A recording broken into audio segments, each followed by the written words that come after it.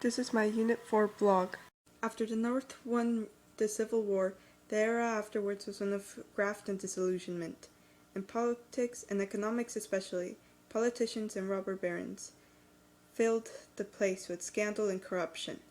During this Gilded Age, America experienced an industrial boom and massive population growth, but the real problems America was facing were pushed aside.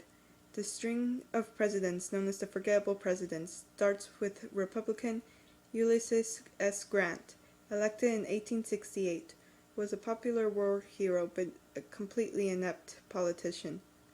During his administration, there were scandals such as Jim Fisk and Jay Gould's Gold Corner, Boss Tweed and the Tweed Ring, and the Credit Mobilier scandal, all of which the government did not do much about. The Republican and Democratic parties were essentially agreeing on most national policies, but patronage to one's party was often a sound way to get into politics. In the Hayes-Tilden election of 1876, Congress struck a deal known as the Compromise of 1877, where Rutherford B. Hayes would get the White House if all military troops were removed from the South, thus ending Reconstruction. Jim Crow laws soon sprung up in the South, leading to the oppression of blacks, which the government turned its back on. The only Democratic president during this time was Grover Cleveland, who made some attempt at reform, but was shoved out of office for his honesty.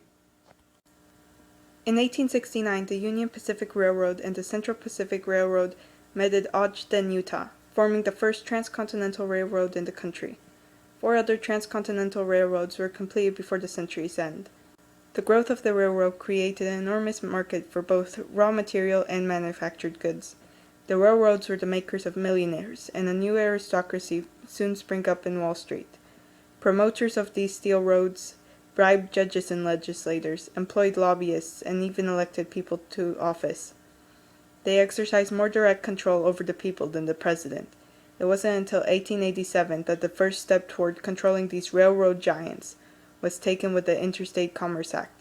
Although a few elites were getting heavily rich, the working class and the unindustrialized South lagged far behind.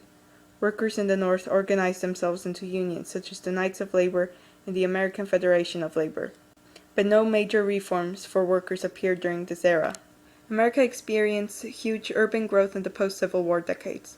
Cities grew to unprecedented size, but many social problems persisted throughout the rest of the 19th century that resulted from this huge growth.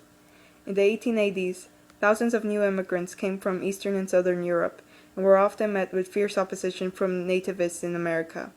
Many immigrants settled into overcrowded tenement houses or into slums.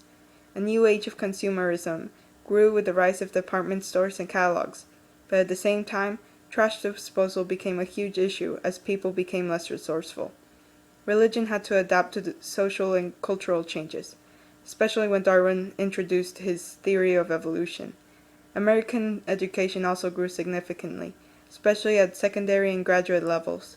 College education changed from religious instruction to practical courses and specialization. As the buffalo herds dwindled in the post-Civil War era, fierce competition and pressure arose between Native American tribes for the best hunting grounds. Whites tried to tame Indians through the railroad, which supplied troops and settlers, diseases, alcohol, and the virtual extermination of the buffalo. By 1885, there were fewer than 1,000 buffalo compared to the millions just a generation earlier. The Dawes-Severalty Act of 1887 dissolved many tribes as legal entities and wiped out tribal ownership of land in favor of individual ownership. The Homestead Act of 1862 allowed the settler out west up to 160 acres, but 160 acres was pitifully inadequate on the droughted and treeless Great Plains. In 1890, the western frontier officially closed, eliminating the safety valve mentality. Greater mechanization of farmers led to one-crop agriculture and large-scale business farming. In the 1880s, food prices fell and farmers desperately tried to scrape out a living. Farmers tried to organize themselves into the Populist Party in the 1890s to protect themselves from the wealthy Eastern corporations. The Populist Party called for lower tariff, free coinage of silver, and the government regulation of the railroads. In the 1896 presidential election, pro-silver William Jennings Bryan ran against big business supporter William McKinley. McKinley was able to win over the urban worker, ultimately handing him the presidency. This election was a turning point in politics, as the gold versus silver monetary issue faded away and the city triumphed over the frontier. Up to the 1890s, America had isolated itself from major international affairs, but with the victory of the Civil War, it turned its attention overseas. American intervention in the Venezuelan boundary dispute in 1895 to 1896 displayed a new aggressive side to the United States and bound England as an ally to its side.